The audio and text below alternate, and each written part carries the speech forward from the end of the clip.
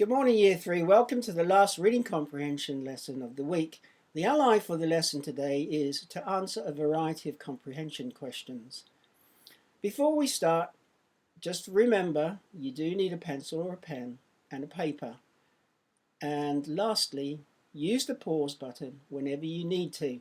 You're in control of the pause button. Today we're going to be looking at similes and metaphors in poetry. So the reading comprehension questions will be slightly more difficult, but I'm sure you'll understand the questions and be able to use the text to help you to find a suitable answer to questions. So let's start with the presentation. So a simile and a metaphor are poetic techniques that let us compare two different things in a descriptive way. In lots of ways, it makes your writing more interesting. So we can have phrases like busy as a bee, or the red shoes began to sparkle like diamonds. So we're comparing those two, the shoes or the sparkle of the shoes to a diamond, because a diamond is very sparkly. Hungry as a bear. Well, that tells us that whoever's eating, it could be a boy, the boy is hungry as a bear. And you can see that in those three lines we have as underlined or like underlined or as again. So all similes have the word as or like in them to make the comparison between the two things. And then the last two, flat as a pancake, or the boy fell on the ground and was as flat as a pancake. Now that helps the reader imagine how the boy is when he falls on the ground. He is very, very flat. And we generally have a good image of how flat pancakes are, so therefore we could see in our mind how flat the boy is when he's lying on the ground. And the last one, I'm going to make a whole sentence. Everyone thought the sweets were as hard as a rock. Now we can imagine that in our minds. If something is hard as a rock, we could easily say that it would be very difficult to bite and break up. So therefore you'd have to spend a lot of time just sucking that sweet because it's far too hard. So that helps you create an image in your mind as to how hard the sweet is. Very, very difficult to bite into. And then we have metaphors which make comparisons, but they compare two things that are not necessarily the same. So the sun was a gleaming pearl. Now we know the sun is not a gleaming pearl, but we make that comparison to show how bright the sun is. My baby brother is a cute little teddy bear. Now brothers are not necessarily teddy bears or cute, but this sentence helps us to show that the boy or the brother is cute and like a teddy bear, because children tend to like teddy bears and have great affection for them. In the next sentence, my sister's memory is a camera that remembers everything we see. Now, of course, a memory is not a camera, but that sentence shows or is saying that the girl's memory is almost like a photographic memory. So whatever she sees, she remembers. So therefore, her brain or memory is like a camera. And the next one, the car seat is a fluffy cloud. Now, if you make that comparison, what we're really saying is that the car seat must be very comfortable or very soft to sit in. And the last one, custard is happiness in a bowl. Well, that tells me that the custard must be a wonderful item of food to eat. Let's move on to our quiz, which is on similes and metaphors. So remember, a simile has as or like in it. So let's have a look here. The baby was like an octopus grabbing at all the cans on the shelves. So is that a metaphor, a simile, or neither? Number 2, as the teacher entered the room, she muttered under her breath, "This class is like a 3-ring circus." Is that a simile, a metaphor, or neither?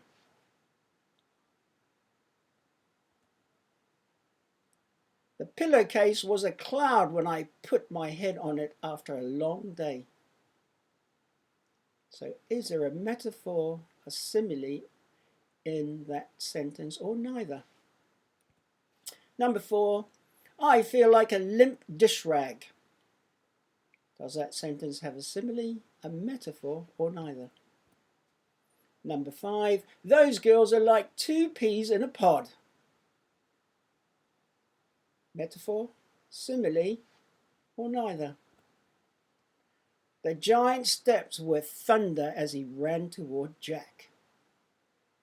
Do you select metaphor, simile, or neither? The fluorescent light was the sun during the test. Is that a metaphor, simile, or neither?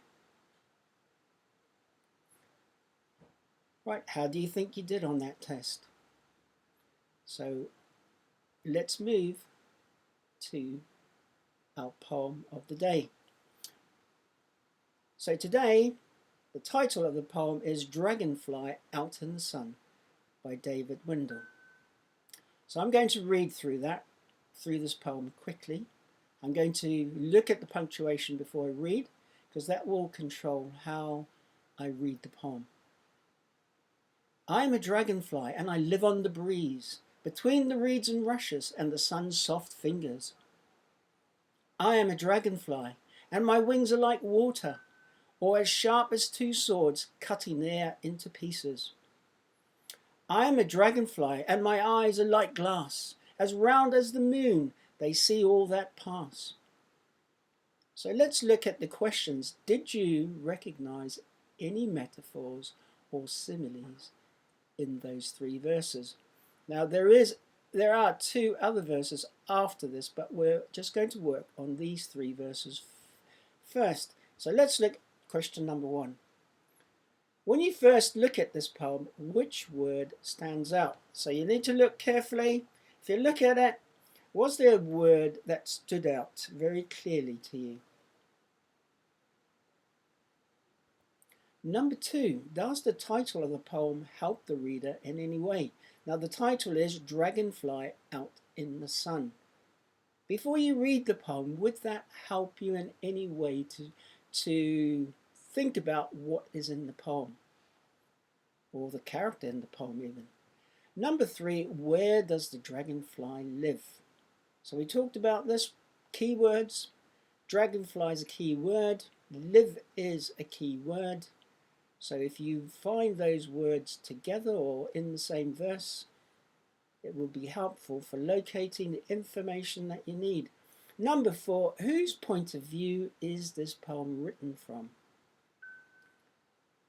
So whose point of view is this poem written from?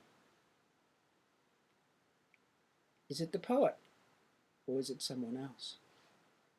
You decide. What do you think the poet feels about dragonflies? Use evidence from the poem.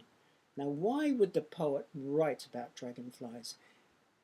Does the poet like dragonflies or dislike dragonflies? Is the poet afraid of dragonflies? Is the poet interested in dragonflies? So find evidence in the verses to help you to decide about how the poet feels about dragonflies. Number 6, find examples of alliteration in verse 1 and 2. Well, we've covered alliteration during the week, and you are familiar with alliteration. Lots of you have used alliteration in your poetry, so try and use your understanding of alliteration to find examples of alliteration. You might try to find at least 2 examples of alliteration. So look in verse 1 or 2. You can look in both verses as well. Number 7, find an example of a metaphor in verse 1. Now that's definitely a trickier question to do. But I'm sure after going over metaphors, remember we were comparing two things that are not necessarily exactly alike. Number 8, find 2 examples of similes in verse 2 or 3. Now you need to remember from the quiz and from the first slide, which 2 words will you see in the phrase or sentence to help you realize that it is an example of simile. Number 9, how do the similes help the reader understand the poem? So remember we found out that it is a technique used to help the reader. So how do the similes help the reader? So poets and writers use similes and metaphors to make the writing interesting and descriptive. Let's now move, you can press the pause button, I forgot to tell you. Let's now move to the last 3 verses. I am a dragonfly, and my body's a spear. As sharp as an eagle, I hunt for my prey. I am a dragonfly, and I float like a dancer over the pond's still surface, which reflects like a mirror my miraculous presence. Do you know how I feel? So let's look at the questions for these verses. Okay. So A, in verse 4, how do the similes help the reader imagine what the dragonfly is like? So you should be able to identify those similes by now, because you're looking for words like as or like. B, in verse 5, what does a dragonfly see? What does a dragonfly see? C, write down the line that is repeated in each verse. So which line throughout the whole poem is repeated in each verse? So that's from verse 1 all the way down to, do you know how I feel? D, why has the author done this? Why does the author want this repeated line? What's the whole idea of it? So hopefully you do identify the correct repeated line. So why is the author doing that? And E, why do you think the poet uses the phrase, my miraculous presence? What does that mean? What does my miraculous presence mean? If you find out what that means, then you'll probably understand why the poet uses the phrase.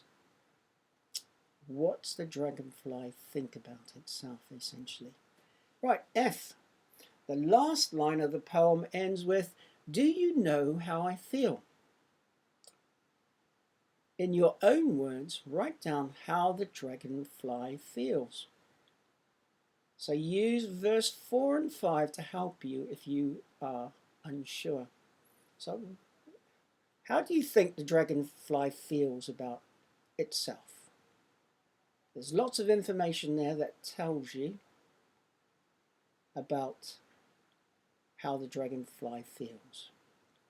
So once again, use the text to help you to locate the information that you need. Now today's a bit shorter, so once you're done, email your work to yr3@grange.harrow.sch.uk. Good luck with this task, and I look forward to speaking to you next week. Have an enjoyable weekend, and bye for now.